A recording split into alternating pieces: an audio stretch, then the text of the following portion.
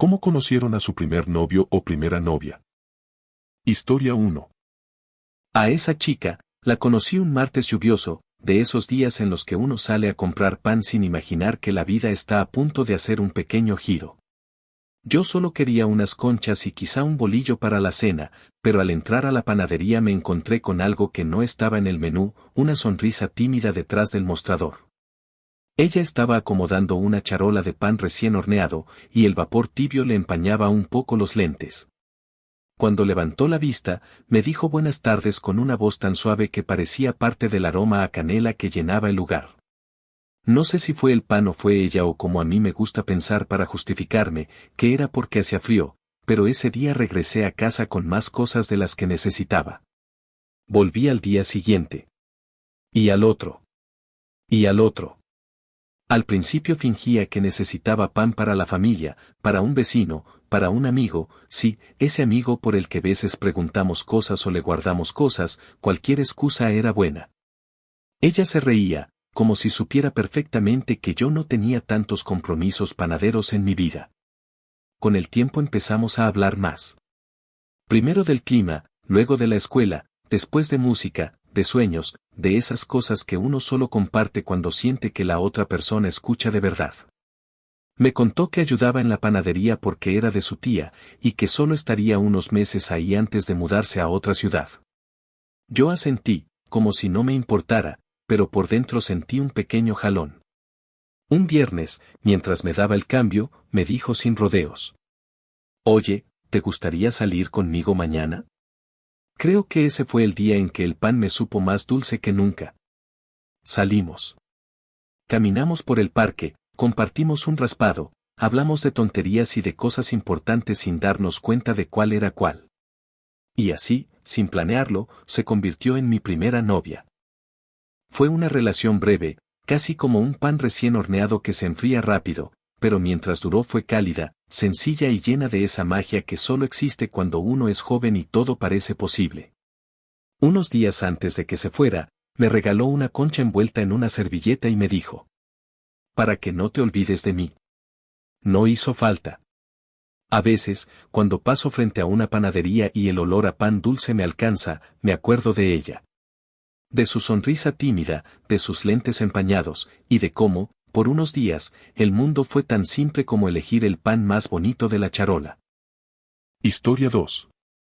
Bueno, pensé, creo que es hora de declararme, porque si sigue pasando el tiempo y no hago nada, pensará que no me gusta, y sí. Así fueron las conversaciones internas que yo tenía conmigo mismo por más días de los que quisiera admitir.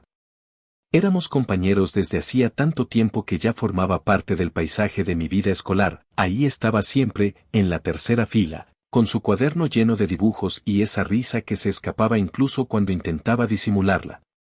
Como casi siempre pasa, todo empezó un día cualquiera, uno de esos en los que el sol entra por las ventanas del salón como si quisiera participar en la clase. Ella se acercó a preguntarme algo del proyecto final, y mientras hablábamos me di cuenta de que ya no la veía como la compañera de siempre. Había algo distinto, o quizá era yo el que estaba cambiando. Pasaron semanas en las que cada conversación con ella me dejaba pensando más de la cuenta. Hasta que un día, después de clases, mientras caminábamos hacia la salida, sentí que si no decía algo en ese momento, nunca lo haría. «Oye», le dije, con la voz más temblorosa de lo que hubiera querido, «creo que me gustas». Ella se quedó quieta, mirándome con sorpresa, pero no de esa sorpresa incómoda que te hace querer desaparecer, sino una sorpresa suave, como si hubiera estado esperando que yo lo dijera. Sonrió. Y con esa sonrisa, el mundo se me acomodó un poco. A partir de ahí todo fue sencillo, casi natural. Nos hicimos novios sin grandes ceremonias, sin anuncios dramáticos. Solo éramos dos compañeros que, después de años de compartir pupitres y tareas, por fin se habían encontrado de otra manera. Fueron meses bonitos, llenos de caminatas después de clase, mensajes largos por la noche y esa emoción de saber que alguien piensa en ti incluso cuando no estás. Pero el año escolar terminó, como terminan todas las cosas que parecen eternas cuando uno es joven. Y al siguiente año, la vida hizo lo que siempre hace, nos puso en caminos nuevos. Nuevos grupos, nuevas amistades, nuevas historias. No hubo peleas ni dramas, solo un entendimiento silencioso de que lo nuestro había sido perfecto para ese momento y que ese momento ya había pasado. Seguimos siendo amigos, de esos que se saludan con cariño y se ríen de los recuerdos compartidos. A veces, cuando coincidimos, siento una pequeña nostalgia, no por lo que pudo ser, sino por lo bonito que fue mientras duró. Porque al final, declararme a ella no cambió solo esos últimos meses de clases. Cambió la forma en que recuerdo toda esa etapa de mi vida, con una sonrisa, con gratitud, y con la certeza de que algunas personas llegan para enseñarte que el cariño también puede transformarse sin desaparecer. Historia 3. Si alguien me hubiera dicho que mi primer novio sería ese chico torpe que siempre dejaba caer los libros en el peor momento, habría dicho que exageraban. No porque me pareciera feo, para nada, de hecho, tenía una sonrisa bonita cuando se le escapaba sin querer. Pero era tan distraído que a veces parecía vivir en un mundo paralelo. Todo empezó gracias a mi hermana mayor. Ella siempre ha tenido ese radar para detectar cosas que yo ni sospecho. Una tarde, mientras yo hacía tarea en la sala, se sentó a mi lado con esa mirada de te voy a decir algo importante. Oye, me dijo, ¿sabías que ese chico, ya sabes cuál, está súper enamorado de ti? Yo levanté la ceja. ¿Él? ¿Enamorado de mí? Sí, ¿qué no te das cuenta? Te mira como si fueras un comercial de helado en pleno verano. Me reí, pero la idea se me quedó dando vueltas. Y mientras más lo pensaba, más sentido tenía. Recordé cómo se ponía nervioso cuando yo le hablaba, cómo siempre buscaba sentarse cerca, cómo se sonrojaba cuando le pedía prestado un lápiz. Y bueno, admito que no me desagradaba. Era dulce, aunque torpe.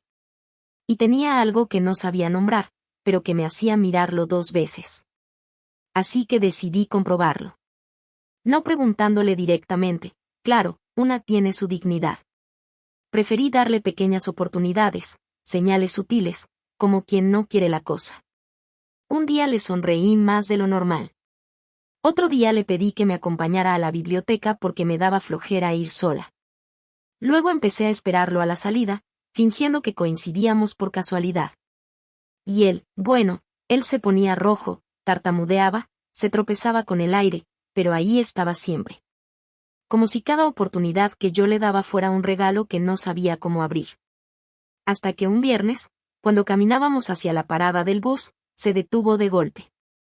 Yo pensé que se había vuelto a tropezar, pero no, estaba respirando hondo, como si fuera a saltar desde un trampolín. Tengo que decirte algo, me dijo, mirando al suelo. Me gustas.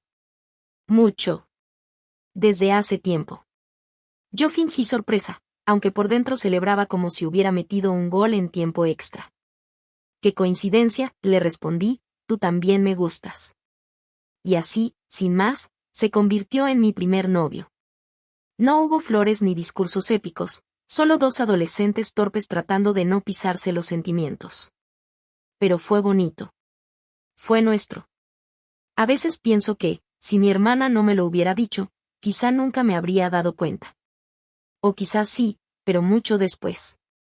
Lo importante es que, gracias a ese empujoncito, descubrí que a veces el amor empieza con un rumor, una sospecha, y un chico que deja caer sus libros cada vez que te ve. Historia 4. Normalmente no sudo mucho, pero ese día parecía que estaba sudando por 2 y aunque mi uniforme era muy absorbente, también se volvía pesado y me hacía sudar más. Bueno, si sabía que era incómodo, que hacía que el GI se pegara a la piel y que el tatami quedara un poco, digamos, brillante. Pero no imaginé que un charquito de sudor sería el responsable de que terminara con novia. Aquel día estábamos practicando proyecciones. Yo ya estaba cansado, pero quería impresionar a la chica con la que me tocaba entrenar. Era fuerte, rápida y tenía una mirada concentrada que me intimidaba un poco. Cada vez que me tocaba con ella, me esforzaba el doble, aunque eso significara sudar como si hubiera corrido un maratón. En una de las rondas, ella se preparó para hacerme una proyección. Yo intenté anticiparme, pero justo cuando di un paso hacia atrás, ¡zas! Mi pie se deslizó como si hubiera pisado jabón. Sentí que el mundo se inclinaba y, antes de que pudiera reaccionar, caí de lado, torciéndome el hombro en el proceso. El golpe no fue grave, pero sí lo suficiente para que soltara un quejido poco digno de un judoka. Ella se agachó de inmediato, con los ojos muy abiertos. «Perdón. Perdón. ¿Estás bien?», me dijo, casi sin respirar. Yo quería decirle que sí, que no pasaba nada, que solo había sido mi torpeza habitual. Pero el dolor me hizo apretar los dientes y ella lo interpretó como una tragedia. «Fue mi culpa», insistió. «Te iba a proyectar muy fuerte». «No, no», logré decir. «Fui yo. Sudé demasiado, creo que dejé el tatami como pista de hielo». Ella se rió, pero era una risa nerviosa, de esas que salen cuando uno está preocupado.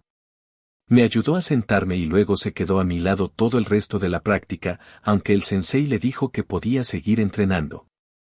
«No, me quedo con él», respondió ella, firme. Y ahí fue cuando empecé a sospechar que tal vez le importaba un poquito más de lo que yo pensaba. Los días siguientes estuvo muy pendiente de mí. Me preguntaba cómo seguía el hombro, me acompañaba a calentar más despacio, incluso me llevaba agua por si acaso sudabas mucho otra vez, decía entre risas. Yo, por supuesto, me derretía más que el tatami aquel día. Una tarde, mientras guardábamos los cinturones, me dijo: «Oye, si te hubiera pasado algo más grave, no me lo habría perdonado». «Pero no pasó», le respondí. «Además, gracias a eso, hemos hablado más». Ella se quedó callada un segundo, mirándome con esa mezcla de timidez y valentía que solo aparece cuando uno está a punto de decir algo importante. «Bueno, si quieres, podemos seguir hablando. Pero fuera del dojo también». Y así, sin proyecciones, sin caídas y sin tatamis mojados, nos hicimos novios. Todo empezó con un resbalón, un hombro adolorido y una chica que se sintió culpable, aunque yo siempre he pensado que fue el accidente más afortunado de mi vida.